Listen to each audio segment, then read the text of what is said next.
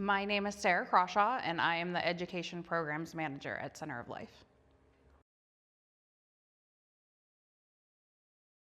So I moved back to Pittsburgh in 2017 after living and teaching in the UK for 2 years. And prior to that, I lived in Charleston, and I was looking to get out of the classroom. I had been a classroom teacher in middle and high school English for 8 years, and I knew I was burnt out and I needed a non-classroom position. I was working at Pittsburgh Job Corps, and it was a classroom position. I was teaching job skills to people, and it just wasn't challenging me at all, and the pay wasn't great. So I had a period of time when I was actually working, actively working, but I had nothing to do at the job, so I started looking for other positions, and I came upon the Fusion Program Coordinator job. So that I had not heard of Center of Life. I wasn't super familiar with Hazelwood, even though I grew up in Pittsburgh. I grew up on the north side, and yeah, I just applied for the job, and that was it.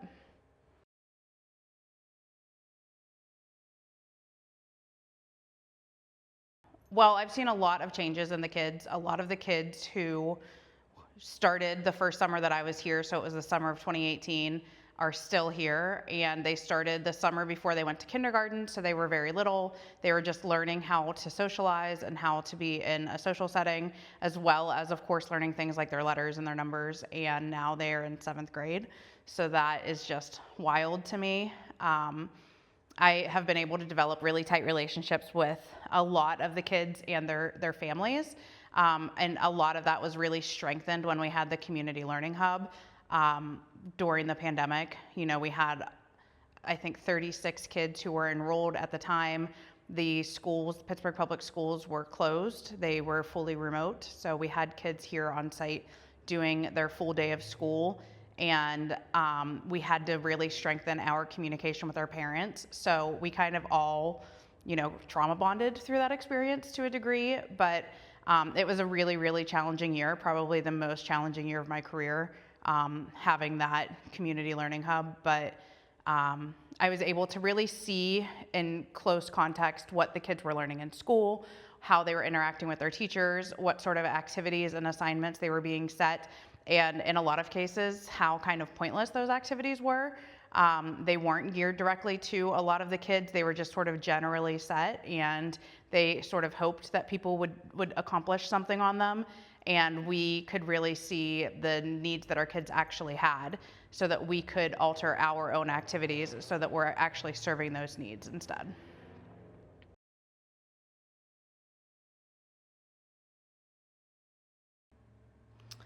I would say the biggest challenge is just ensuring that we have consistency with the kids.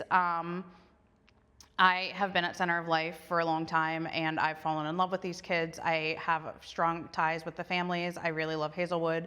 So it's really important to me to bring people in, even in part-time positions, who have those same values and ethics, and who really, really enjoy the kids, who aren't just here to get a paycheck. So I would say that that's something, is to just make sure that we're hiring people who have that same passion and who are willing to fall in love with the kids and with the community.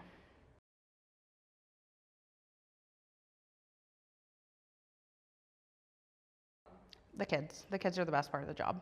Easy. Anything in particular?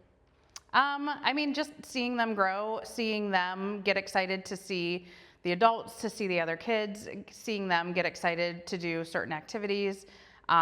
You know, it's always nice to have the break after summer camp before the school year starts again, but it's so great to see the kids again, even though, I mean, they've grown, and see them get taller. It's very annoying, but it's also really lovely to see them and to give them a hug and to see how, you know, their days have been going.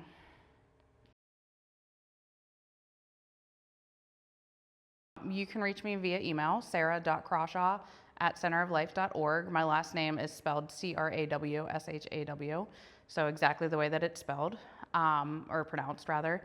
I guess K-8 at centeroflife.org is another way to reach us.